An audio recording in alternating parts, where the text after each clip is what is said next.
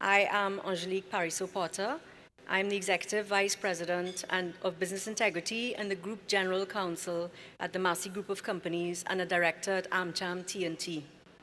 It is my pleasure to welcome you all to our session this afternoon, Change in Action, which highlights our theme for this 2022. What does change in action really mean? We know there is no shortage of technological solutions to improve business processes and improve customer experience. Technology is providing us with new business models, increased data and software applications that are not only making our businesses more efficient, but helping to make life much simpler and more manageable. Yet, we still see businesses operating in analog. We know the future is digital, and to remain competitive and survive, companies and organizations have to take that step toward digital transformation. So what's the problem? And how can we get companies to that first step? Well, to help, we have with us some early tech adopters that have taken leaps towards digital transformation and strategy, and change specialists who have helped and guided businesses through tech adoption for business growth and development. We'll hear success stories and learn from processes, challenges, benefits, and pain points of implementing tech solutions to improve business operations. More importantly, we'll learn how and why you should do it too. To kick us off, our keynote speaker for this afternoon's session, Miles Abraham, CEO at SI Digital. Miles is the Director of Strategy and Innovation at SI Digital. With over 2 decades of leadership in the digital space, he operates a unique business model that delivers digital transformation projects, award-winning modern marketing, and enterprise-grade loyalty programs to the Caribbean. His principles, digital first and data-driven, guide his team's success with a vast array of projects across retail, manufacturing, finance, logistics and delivery, FMCG, telecom, e-commerce, media, and oil and gas clients. Ladies and gentlemen, please welcome Miles Abraham.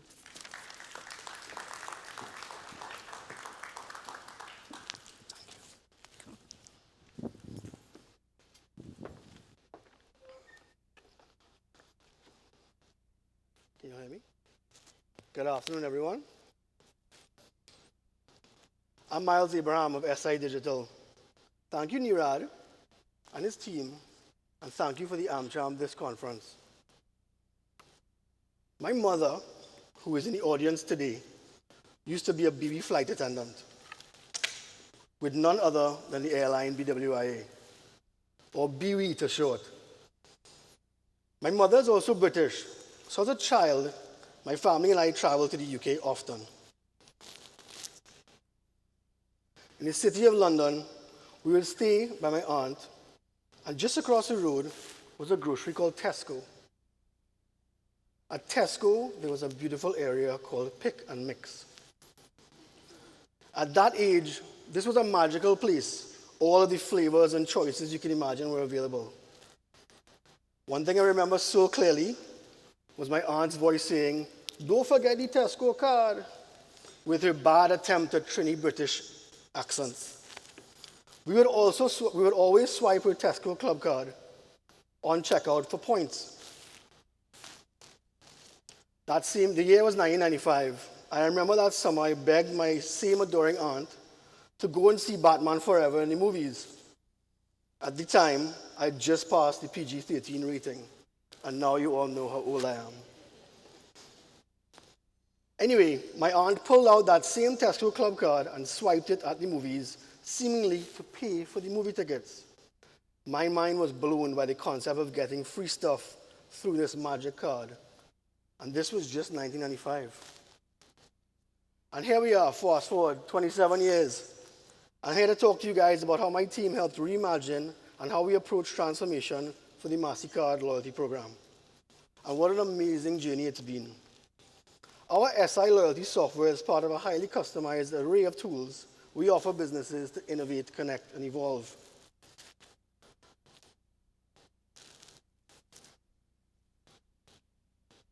As Massey stores approach us to look at this MasterCard program, we have to respect and understand that MasterCard is probably the largest loyalty program in the Caribbean.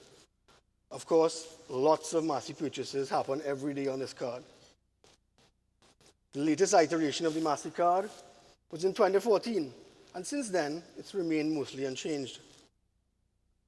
In comparison, the cultural impact of smartphones, social media, and e-commerce alone have changed every dimension of Caribbean society.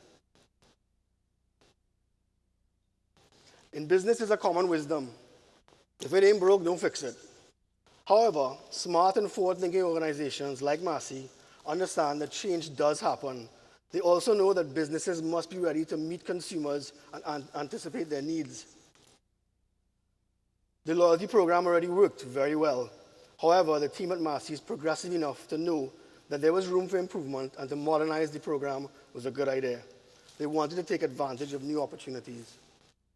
Our mission was to take the program forward. At SI Digital, we spent a lot of time thinking about how we improve experiences. After all, innovation is inherently the need to make something that already exists better. As innovators, part of our tool stack is a very powerful process termed design thinking. Now, design thinking was first made popular by a firm out of Palo Alto in California, appropriately named IDEO. IDEO is responsible for hundreds of products that consumers know and love, and is arguably the most successful innovation and design firm in the world. While they did not invent design thinking, they systemized the process. They have been around since the 1970s. As you can see, their process is very effective in the design of powerful experiences. You can think of design thinking as a human-centered approach to innovation that draws on the designer's toolkit to integrate the needs of people, the possibility of technology, and the requirements for business success. While the depth and breadth of this topic cannot be explained in a 20-minute keynote, I do want to highlight a couple of the main pillars of design thinking that were especially relevant to this project and to the topics today. And the first one is empathy. Empathy is a key step to design thinking. To understand a customer, you must first empathize with them. What is unique about design thinking research is that questions crafted in a special tone and approach. This approach is to make persons feel comfortable and also feel like they're not taking a test. This is an almost art form, and our team is excellent at it. One would ask, where do we begin to empathize with customers of Massey stores? For this, we went to exactly where the most customers are, outside in the field. Let's roll it. In this case, an array of Massey stores locations in Barbados and Trinidad. On any given date, there are hundreds of thousands of people using this program, so we interviewed as much customers as we could find. In total, we conducted, documented, and transcribed about 100 customer interviews. We met everybody.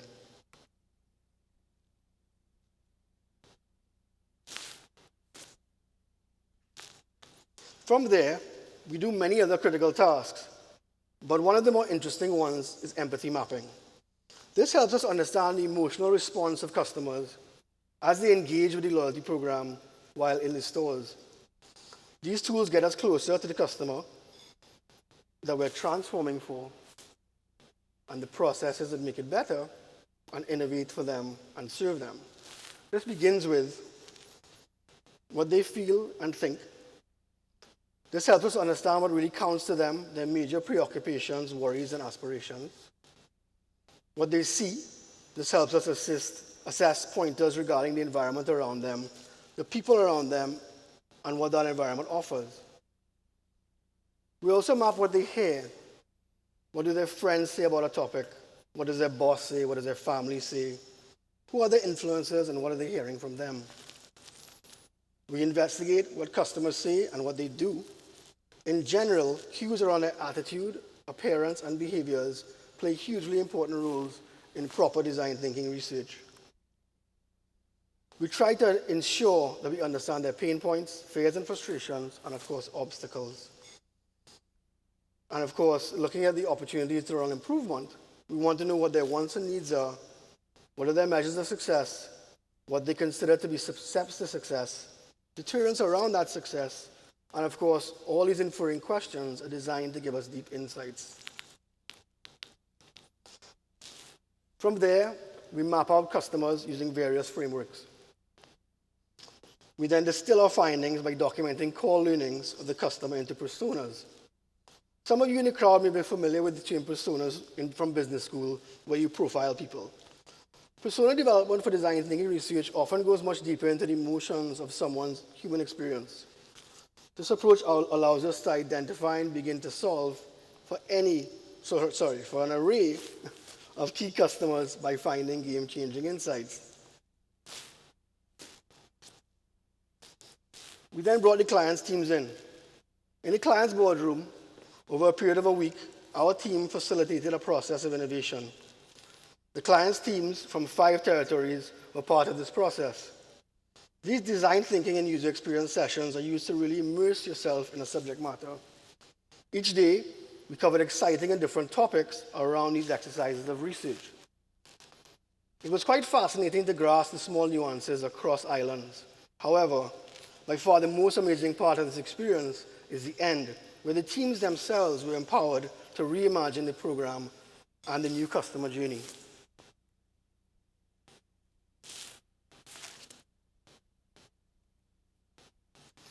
We already knew the loyalty program had popularity. However, to make it better, we had to start with the end in mind. Setting a new North Star for the program was key to framing decisions that had to be made.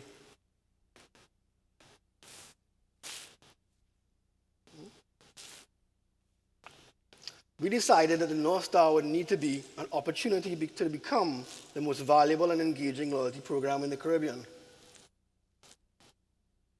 The distinction between those two statements is key.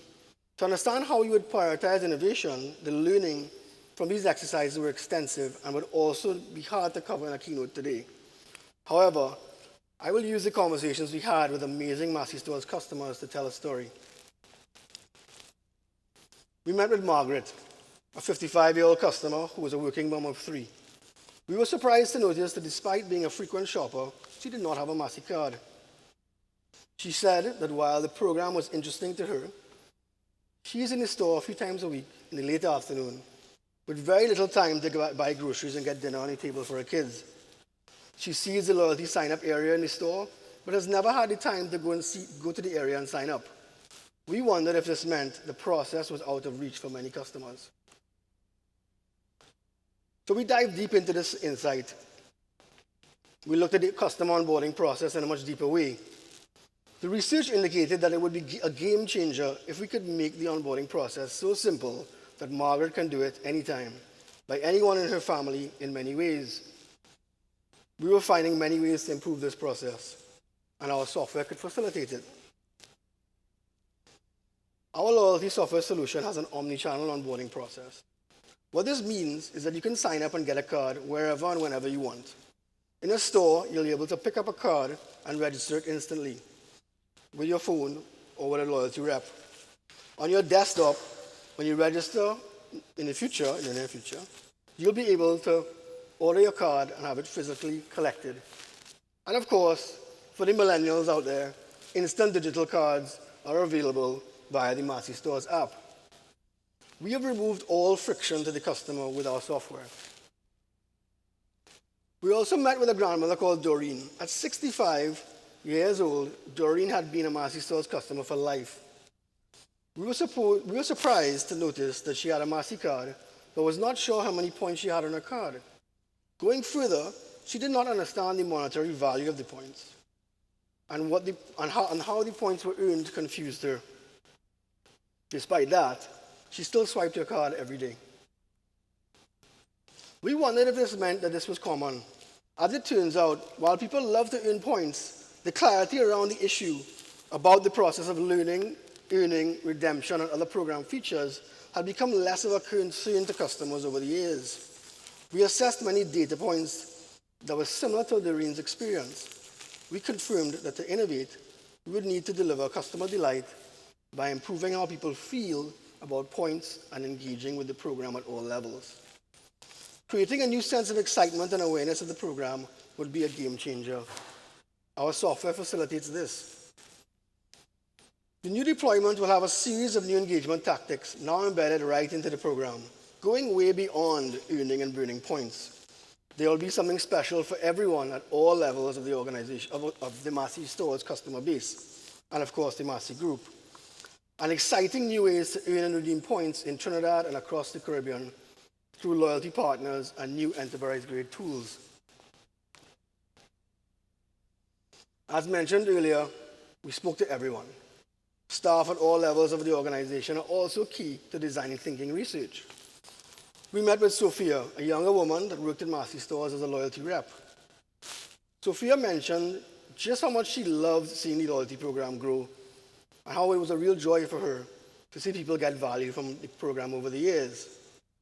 But we were surprised to hear that when her team had some new ideas, one of them being the ability to buy your carnival costume with points, there were technical limitations that existed, and we knew that the client needed tools to enable future ideas to be easily executable. And our software delivers this.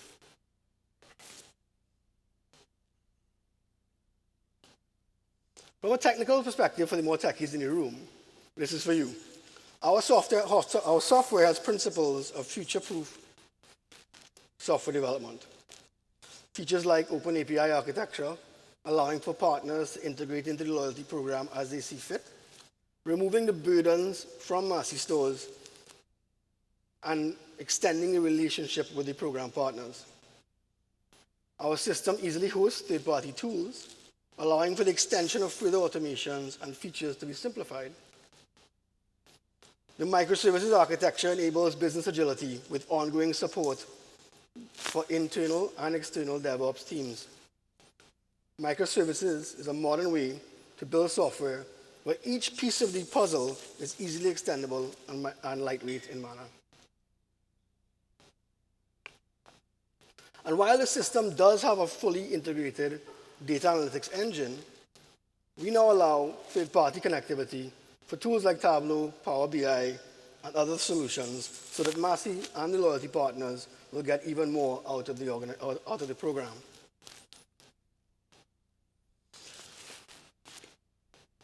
In summary, the clearest path to innovation is through a deep understanding of human needs. Now that I've explained just a small part of this process, I'll go through some of the simplified steps that people usually talk about. So of course I discussed empathy, getting to a human context of the problem. Defining the problem can also be alien to some, in that the thinking is that sometimes we don't know we have a problem, and it has to be solved. Then we ideate.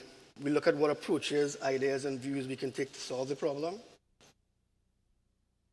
We prototype quickly, create experimentations fast and cheap, and of course test the ideas that work best, and then refine over time. But in a world where you can dream up solutions to problems, one of the core understandings is that innovation needs to be grounded.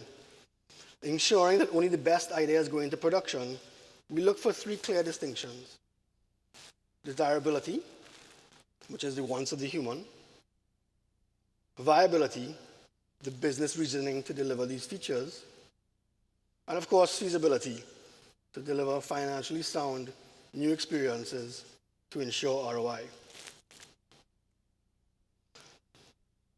In summary, this thinking helps you decide what to do and what not to do as we craft innovation. What you may have noticed, though, is that we were hired by Massey to assist with innovation. Truthfully, with design thinking and our process of UX, it is their team that ended up achieving this new vision. We just helped them get the right ideas, insights, and headspace. The success of this project and countless others have shown us that while many think innovation happens from the inside out, it does not only consist of leaders at the top of a business guiding the innovation. What we do is facilitate innovation from the outside in, first working with external perspectives of the customer outside in the field, offering our global insight through our teams.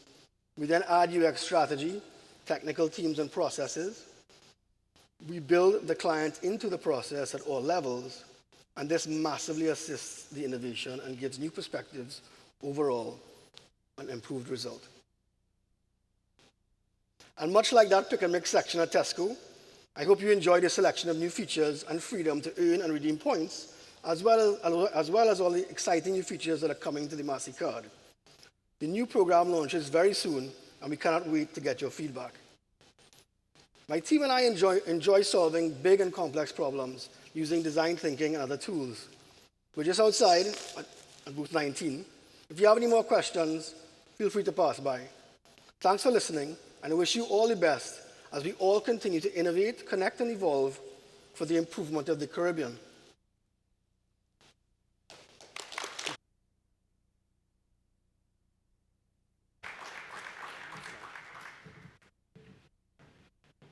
Thank you very much for that very engaging presentation and aligning the people and the customers behind digital transformation.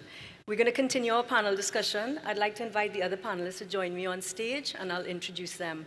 I believe we also have one attending virtually. So you'll have met Miles. We have Clyde Sipasad, who is the Senior Vice President and General Manager, Training and Certification at Linux Foundation. Clyde is responsible for the training and certification arms of the Linux Foundation, the global leader in shaping the future of software development as a collaborative endeavor. Over the past decade, Clyde has held senior leadership positions in the education space, most recently as head of operations at 360training.com and as a senior executive of Houghton Mifflin Harcourt, a leading educational publisher. He started his career in the public sector working in the Ministry of Finance in Trinidad and Tobago. He holds an MBA and a Master's in Economics from Oxford University, where he was a Rhodes Scholar. Welcome, Clyde. Next to Clyde, we have Naresh Mongroo, Group Chief Data Officer at Guardian Group.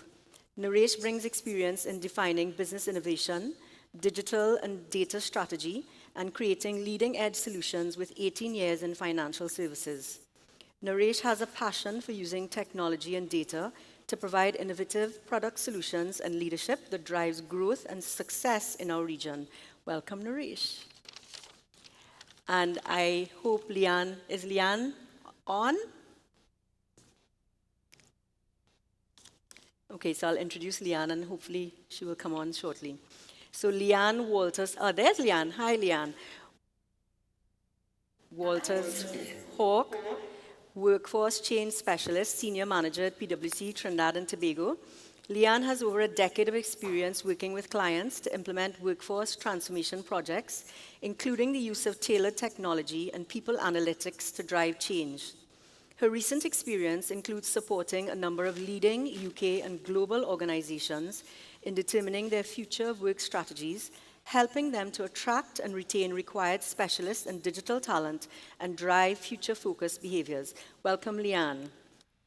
So we're going to open the discussion on change and action, and please remember, you can go to slido.com and use event code THIS2022 to pose any questions, and we'll ask it during the session. Okay. So, hi, Leanne. I hope you can see us here on stage. So I'm going to start with Naresh and ask a question based on the presentation that we just heard. So Guardian Group has taken some major steps towards digital transformation, and you've seen the benefits. Would you take a few minutes to tell us about those steps and how they've improved business for the group? No problem. Thank you for having me. You guys hearing me? Yes. Okay.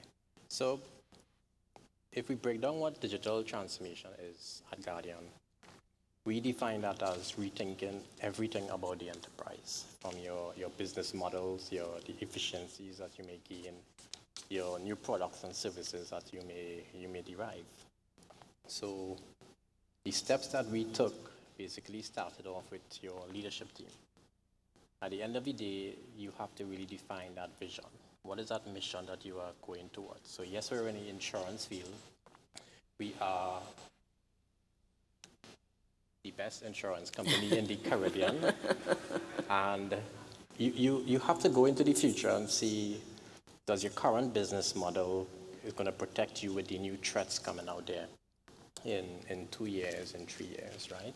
So that's what we did, and we actually started before the pandemic. So that gives us, it helped us along the way. So that vision and that mission that I speak about is basically our leadership team crafted that, and it was not a dictator process where we just threw it on staff, right? We basically looked at our culture and see how can we be more collaborative with our team, and we employed a concept called bottom-up planning. In other words, you can call it open strategy as well. So like how Miles explained with inside out versus outside in, we derived initiatives where down to the lowest employee in the organization, to the highest, let's just call it in the boardroom, all ideas were important. And what we did is basically prioritize those ideas,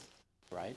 Now, it's important to look at to assess your infrastructure that you have.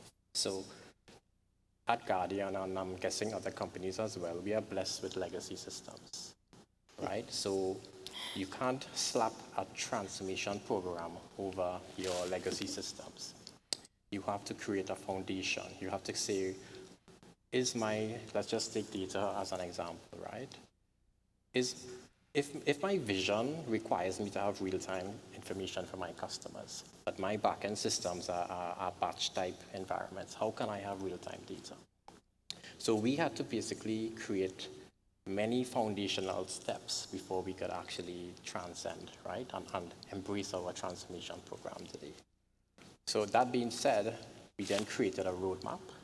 We basically prioritized what we want to do for 2021, 2022, and we are reaping those benefits today. Now, a key part that we didn't pay key attention to was digital literacy in your organization, right? At the end of the day, you can bring all the technology and tools into the organization, but if you don't train your staff to basically use this, right? And I'm not talking about staff at the operational level. I meant your C-suite. If they don't use data to drive their operation and their decisions, then you're not gonna monetize your technology and your assets. Last but not least, it's a concept I call drivers versus passengers. You want drivers in your organization to lead this and not your passengers, right? Because they are the ones who really got to lead you into this digital era. We call it digital economy today. Now, the benefits that we have, it's different categories, right? We have employees who feel that they are part of their company now. Yes, there are employees who still don't feel they are part of the company, right? So we have empowered employees. We now have different channels via omni-channel experience for our customers. The foundation is there for it. We get in there, right? And last but not least is, I believe there was a question from John this morning on how can we be producers of technologies versus consumers.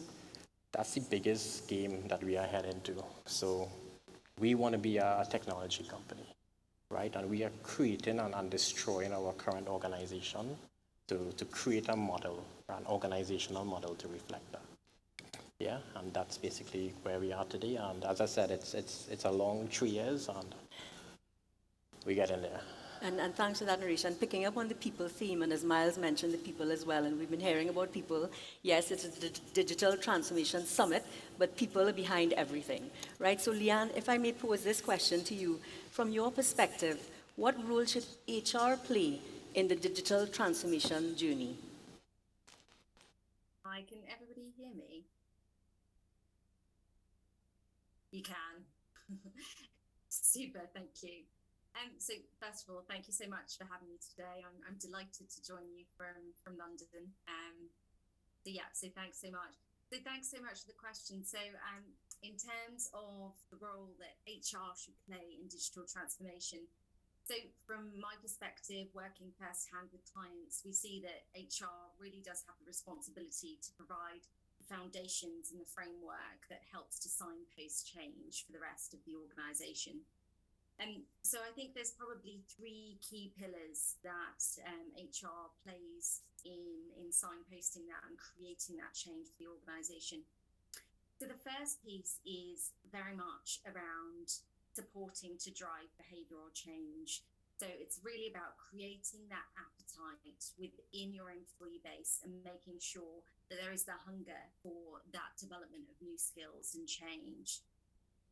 Leading on from that, the second piece is around upskilling. So once you've created the context for change and created that drive for behavioral change, there's very much a responsibility for learning and development specifically to drive and deliver what those programs for learning and upskilling are. The third piece is once you have started that momentum in terms of encouraging people to adopt behavioral change and then creating those programs for upskilling and development, is very much around supporting the sustained cultural change. So ensuring that leaders are equipped to have the right discussions, ensuring that they are role modeling and signposting the right discussions. So an example of an organization that I've recently worked with that has done this well is a global oil and gas organization. Obviously, oil and gas need to go through massive transformation right now in order to stay current, deliver on green agendas and deliver carbon neutral solutions. And whilst the change that they needed to undergo was fundamental, a large proportion of that needed to be delivered through digitalization and through greater efficiencies that they could create through digitalization within the workforce. And so some of the key ways in which I saw them start to move the dial, in which we worked with them to enable that change over time, was first of all the structural piece, and I think Naresh touched on it within his kind of opening statements. So moving from a really hierarchical, traditional model to something that was flatter, simpler, and was fueled by more of an agile working structure rather than kind of traditional waterfall. That then led the way for implementing a fresh approach to performance management.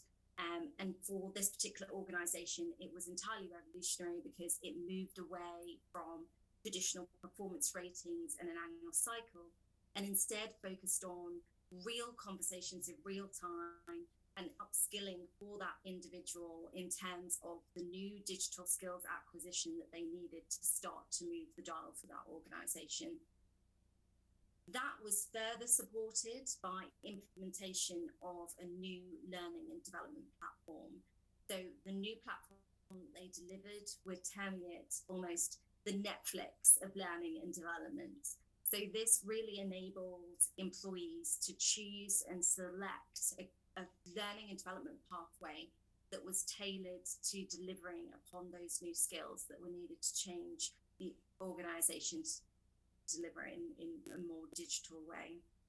And then the final piece was really about ensuring manager capability, again, to sustain that change and making sure that they were held accountable to continue that direction, the conversation with the organization to maintain that change over a period of time. Roadmap, Leanne, thank you for that. And I'll pass on to Clyde now. So Clyde and Miles addressed some of the steps, but what are the easiest first steps an organization can take toward digital transformation that would have the biggest impact? It's a little bit like the old saying, right? How do you eat an elephant? Start with one bite. We tell people at the foundation we work with 700 different open source projects in just about every country, I think, except North Korea. You have to create some bottoms-up demand, and that means you have to get something out there early on if you're truly just starting your digital journey. And I think a little bit of what Miles was saying about the design thinking, right? Those things are almost intention, right? The easiest thing with the most impact. You're probably not going to hit it right out the gate with the most impactful thing, but can you find something that is high interest to your audience? A great example is my local Chinese restaurant, which shut down at the start of COVID. And you have to picture going into this place pre-COVID where the owner was also the cash register operator, would write the order in Mandarin and literally clip it onto one of these thread things and pull it, send it back into the kitchen. And that was their order system. And about 10 weeks, I think, into the pandemic, or 12 weeks in, they reopened. And they reopened with a website where you could order. Order but not pay. So I think it was sending a form for them to print out so they knew what you were ordering, and then you would go in and pay. And then another month later, they added the ability to pay. But I think that's a great example of the super small business in a desperate fight for survival, trying to figure out what can we do to meet customers where they are, because I wanted the wonton soup. So the only good wonton soup in Austin, Texas is at this place, which tastes like Trini wonton soup.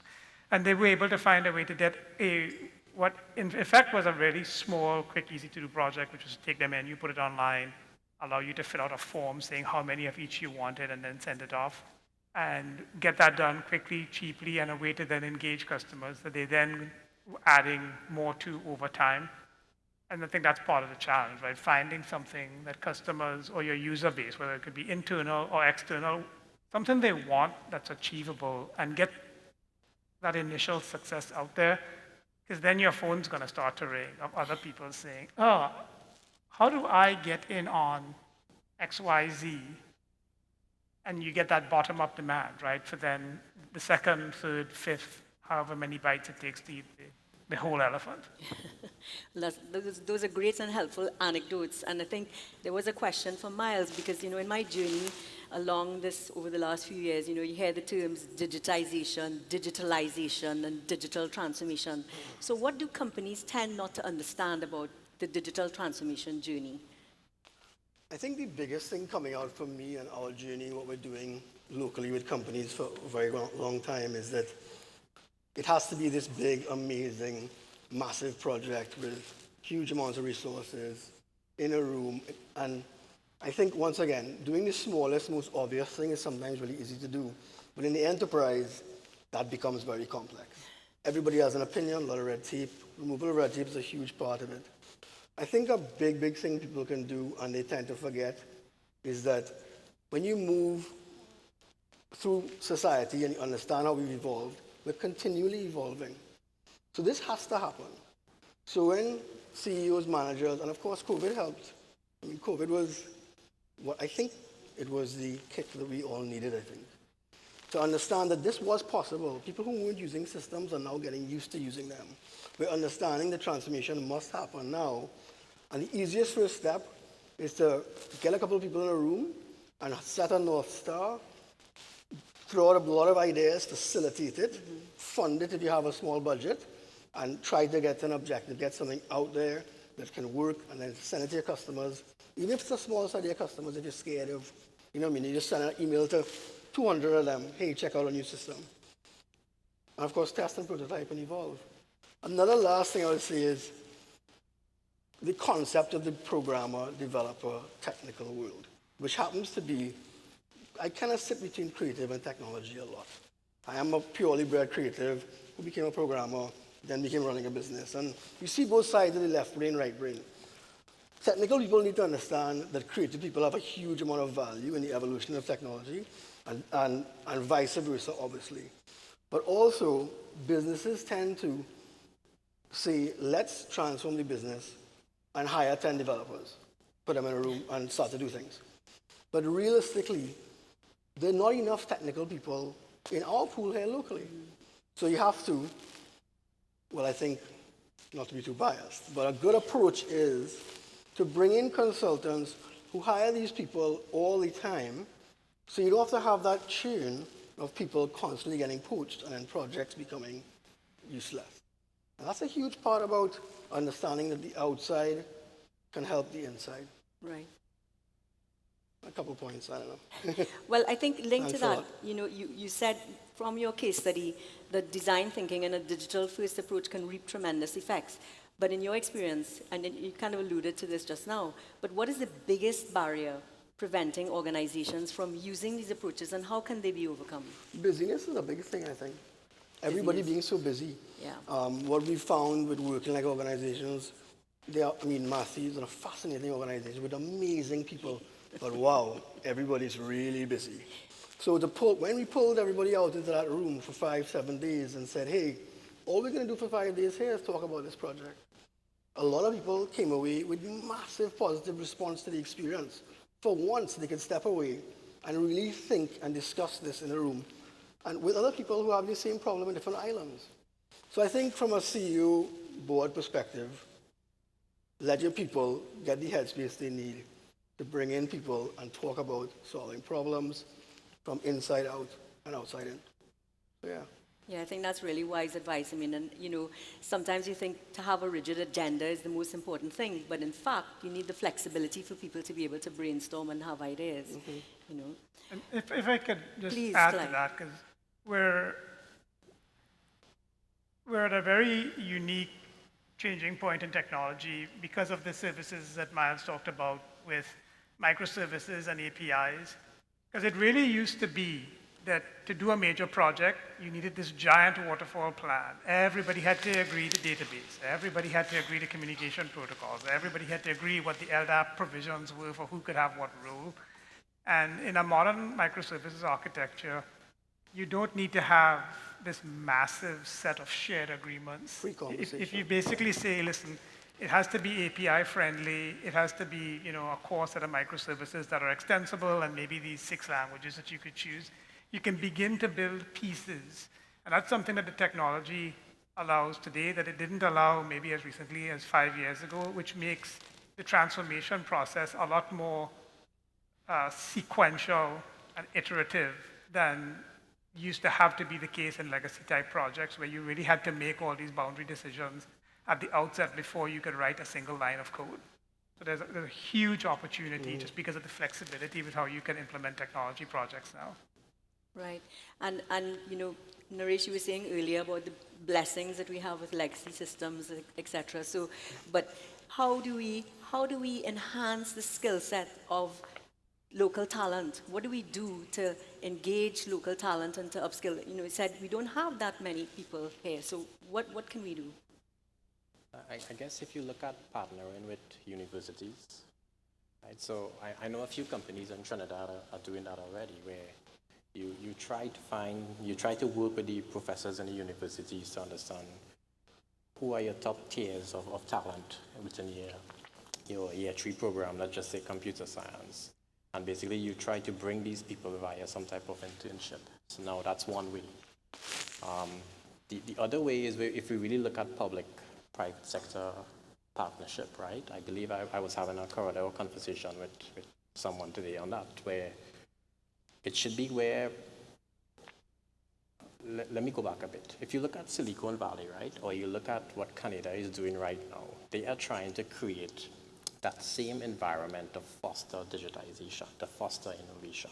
And what they're doing is basically leaders, for example, in this room, in the financial sector, whether it's banking, insurance, right, in the oil sector, they are all partnering together with the government, right? But it's really like a tech hub organization that is running this and bringing leaders together. When you bring these leaders together, it's all about these guys basically putting capital in place to support these research, right? So any use case or strategic project that, let's just say, Republic Bank might have, I should be able to tap into the resources that I already have, right? And basically run these things in a program. And that is the only way you're going to unify and basically have talent at scale if you really get the leaders of these organizations working together. So us being here today is a step in that right direction, but it's the pace at which we are moving, right? Yeah. So that's what we need to look at. Yeah, and that goes to the busyness you were talking about earlier, Miles. And Leanne, I'll bring you into this conversation now from a people perspective. How can organizations harness digital change to increase efficiency and effectiveness?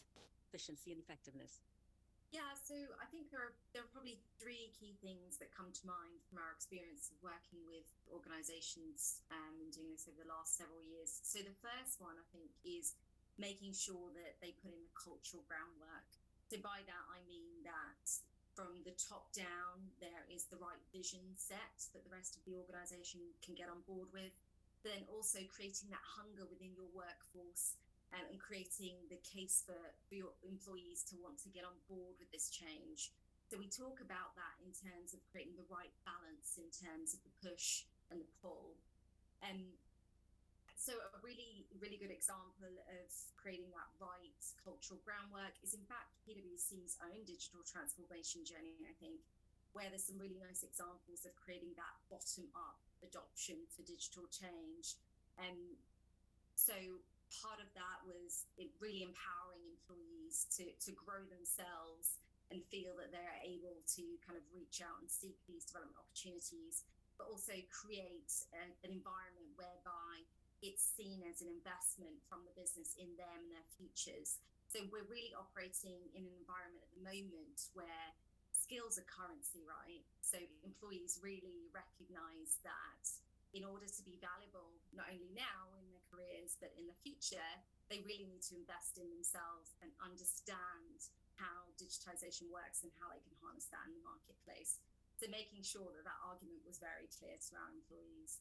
And one of the other things that we did was also embed a number of digital accelerators. So in fact, this goes to Naresh's point around drivers in the organization for change. And so the role of these accelerators was not only to champion the change, but also upskill their colleagues and really help to find opportunities for further digitization in the workplace. So certainly creating that cultural groundwork is one piece. I would also say that data readiness is another key part of facilitating that ongoing digital change. And I know that this has been touched on already, but I think particularly from a people digital transformation perspective, it's really valuable for organizations to be able to go from that descriptive analytics place to be able to go on that journey of sophistication to get through to that more predictive analytics place where they can go from asking questions about, okay, what are the insights on what my organization looks like now, to moving those questions along to what might my organization be in the future, what might the challenges be that I'm facing, and how can I address those. So moving along that data insights journey will certainly act as a really fundamental building block. And then finally is that direction for change in terms of digitization aligns with your broader organizational values. And there's a really nice example of how we found the tensions between those two things within a piece of work that we conducted for an organization recently. So working for a FTSE organization, we undertook some analysis whereby we were identifying opportunities within their workforce for digitization. We found a really ripe opportunity for them to automate a lot of jobs, create a whole deal of cost savings and create efficiencies for the future. However, when we looked a little bit closer at the data, we realized that the geographical area that we had identified these potential savings was actually in a place of real social deprivation, and the organization was providing most of the jobs within that area. So taking those jobs away would have had a really detrimental effect. And in doing so, really wouldn't have aligned with the organization's overarching strategy.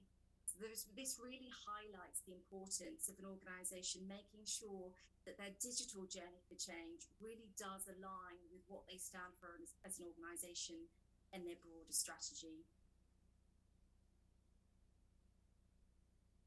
Please. And I think I want to build on what Lisa said and touch on something Miles said about his journey from a creative to a programmer. I gave a talk at a tech conference a couple of weeks ago, and the title of it was Technical Talent is Something You Build, Not Buy. And my whole opening slide was the story of the little red hen, which people probably know, right? Little hen asks, who wants to help plant the corn? Nobody. Who wants to help grind the corn? Nobody. Who wants to help bake the bread? Nobody. Who wants to eat the bread? Everybody. Technical talent is like that. Everybody wants to hire people with 10 years experience and be able to plug them in. And that's just not realistic. For one thing, there aren't enough people with 10 years experience. Cloud technology is like 7 or 8 years old. Uh, Organizations aren't used to thinking of themselves as developers of technical talent. They're barely used to thinking themselves as digital first organizations, right? Yeah, All yeah, technology. exactly. You can't be a technology organization if you're not actively thinking about how to develop digital talent. And that means hiring people from non-traditional backgrounds. Often, and in the use case of what Lisa was just saying, you can maybe cross-train people who are in services that maybe are in less demand and try to tap into what other skills they have. You know, programming has gotten easier as these high-level languages have come in. But really thinking about the people as potential digital assets. For one thing, they understand the nature and the culture of the organization and some of the hidden processes. The challenge is patience, right?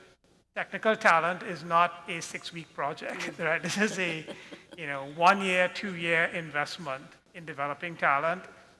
And you know what? At the end of the 2 years, probably half of those folks get great job offers somewhere else because somebody spotted, cloud technology on their LinkedIn profile.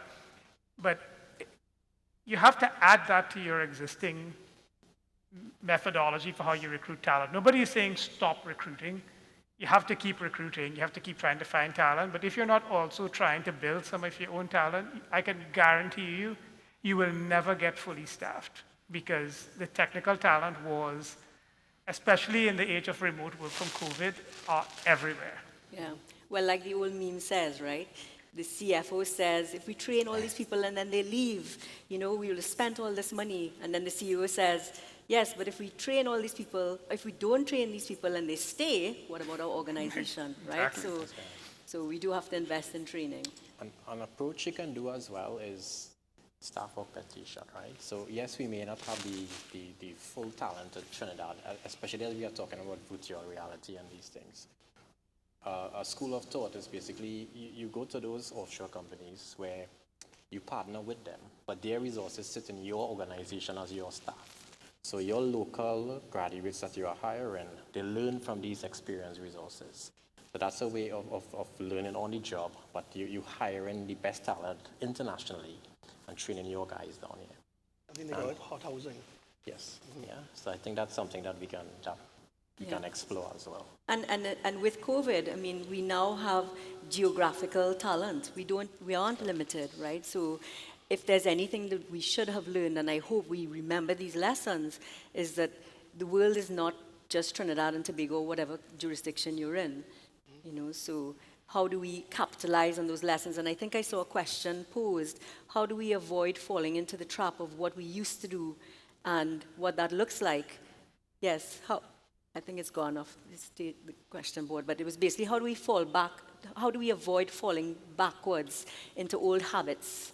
Well, that's where I think somebody said this morning, right, where culture eats strategy for breakfast. Yeah. So at the end of the day, it's for the leadership of the company to basically say digital transformation is a way of working. It's a muscle that you build and you continuously try to improve on it. So you may score well today, you may meet your quota, but for the next budgeting cycle, we may ask, well, how are you going to make this better?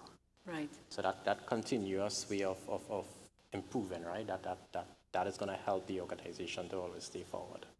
And I think that kind of answers the question, how can digital transformation be made high priority within organizations? Because if you don't, well, you may perish, I think as Bernard said. Exactly. So those challenges that they're saying, they are separated challenges from what transformation is. Those challenges should be part of your transformation. Where you come up with solutions, yeah? Yeah. I think it's important to know that when you set things like North Stars and 5-year strategies, you can actually vision the future, right? You can say, here's what the organization should look like in 7 years. Here's the level of awesome and automation we want to get to. Here's everybody, here's the budget per year, invest per year, a little bit more, and that's, maybe you get to an objective. Yeah. Keeping it flowing, not. I think the quarterly financials issue is also another distraction, right? Looking at things in a much broader horizon can help a lot. Yeah, I've seen some learning from outside of Trinidad and the region that they're looking at not doing away with the quarterly reporting, but it takes a lot of energy and it goes back to that busyness you spoke of earlier. Yeah. How do we eat the elephant slowly? How do we, or bit by bit rather. So Clyde, how has reinventing or adjusting business processes using technology helped improve efficiency in the public and private sector? I mean, there are plenty of examples, right? It's the stuff Miles was talking about of just something as basic as a loyalty program and how you can reinvent that. There have been huge scale efforts, if folks are familiar with India's attempt to give digital credentials to everybody. Right. Think about That would be great. 1.4 billion identity cards. But the win is that they spend some insane amount of their government budget on subsidies. And the thinking was that prior to this system, 80% of every dollar never made it to the intended recipient because of corruption and graft along the way. And in the new system, it's tied to your digital identity. The entire dollar gets to the person. Somebody mentioned earlier, I think Bernie did, about Estonia moving to an all digital. There's some very big wins. There's some also very small wins that are impactful, right? So the blockchain that the diamond companies now use to track to avoid conflict diamonds coming into the global supply chain by simply just taking the diamonds as their mined and putting them onto a blockchain, which is an immutable ledger. It doesn't change, and you can tell. It's like, where did this diamond come from if it doesn't have provenance on the blockchain? Well, it probably came from one of the war-torn countries in centralized Africa. So there's some good public policy use cases. The land registries, which as somebody who recently transacted for land in Trinidad, is hellaciously outdated. When you have a situation where you have huge chunks of privately owned land that haven't been correctly conveyed for 60, 70 years, and then you finally try to convey it, and it took my mom 7 years after my dad passed to finally line up all the correct pieces, right? And so, there's use cases around the world where you could look at on the public sector, look at other examples and say, yeah, we can take steps towards addressing that. And in the private sector, there's just, there's examples everywhere you look, right? There's examples that grow revenue. We were talking about AI and Amazon. There's examples that contain costs when you look at what people are able to do now with chatbots and call centers, and the ratio of call center staff worker to per thousand calls received has changed pretty dramatically because you can siphon people off. I know in our own call center desk, we do this. You have to open a ticket to get help. As you're typing the ticket, there's a natural language processing piece of AI that's looking at what you're typing and suggesting articles to you. And we find that about 60% of people never end up opening the ticket because they're being suggested a help article in context while they're typing in the ticket, and they read it and it solves their problem. And you know what? They're happier because they don't want to have to deal with a support agent, right? And so that is both a cost saving operationally and a dramatic improvement in customer satisfaction, because I don't think anybody wants to call a call center ever. I mean, we've learned so many lessons from COVID, right? So COVID was a catalyst for many organizations, and certainly for the public sector as well, because I have certainly seen changes in the way I've been interacting with certain ministries and how you get your passports and things like that. I mean, we have a lot of work to do, obviously. And of course, there are private sector organizations, some of whom are ready or more ready than others. What do you think and open to anybody on the panel, what do you think are the things that we should be taking with us into the future? We're coming out of COVID, but I hear people say some people say things like, oh, we can't wait to get back to normal. And in my view, there is no normal, right? This is where we're at. This is what we're doing. But how do we make sure that the lessons that we've learned during COVID, we continue? I mean, I'll just give you one small example. When I was based in Egypt in 2015 and my father-in-law died, and I couldn't come back for the funeral. But less than 5 years later, we were doing funerals on Zoom. But that technology existed in 2015, but nobody thought about people who lived overseas being able to participate in a loved one's funeral or a wedding even via Zoom technology. If you couldn't fly, because some people can't come to those things. So how do we maintain those lessons that we have learned and continue to grow out of that? There's a great quote from Upton Sinclair that says, it's a very difficult thing to persuade somebody of an idea when their job depends on them not understanding it. Very true. There is a huge amount of apprehension, and it's just normal. It's human nature, right? People assume the robots are coming for their jobs. And if you don't address that at the outset, the, the, the CEO and the executive team could be on the same page. The middle level executives could be all excited. The rest of the organization will absolutely frustrate your transformation process. And so, what's your change management strategy for getting the entire organization aligned around this new way of business being the new way of business instead of what I really want to go back to is the thing that I knew that preserved my own job security. Right. It's not about the technology, right? It's fundamentally about the fact that, people are predisposed. And I used to work in the change management practice at BCG, and Jeannie Duck, who was the leader, would say, in the absence of information, you should assume that people will connect the dots in the most pathological way forward. You have to communicate, engage, and like you showed in the video, go to where the people are and talk to them about what their day-to-day looks like. In the field. I think a big part about what we did with Massey as well, I didn't mention it, but day one, 2 hours in, well, just as we started, there was a lot of, what's going on? And within 2 or 3 hours, we were able to normalize the group for them to fully understand the reason for doing this, reason to evolve.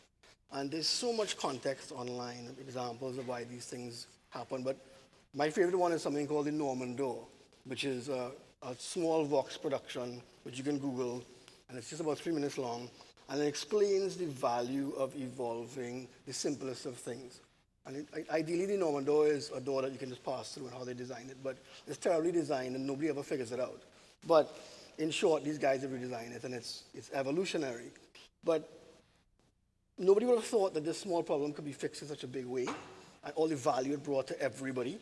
So when you get these powerful examples like the big ones you just spoke about there, people start to understand, okay, cool, maybe this is not as scary as it seems because the value it's going to bring to me and the larger organization and society in some ways, is worth the hassle of digging in. Those are some great final comments, and I'm going to ask Leanne and then Naresh to just finish off with some final comments, please. I'll go first. I would suggest that you are hearing me, right? Yeah, good now. Yeah, it's all about the leader basically using the positives from this pandemic and moving forward. So if I'm having a town hall meeting, it shouldn't be a physical town hall meeting, right?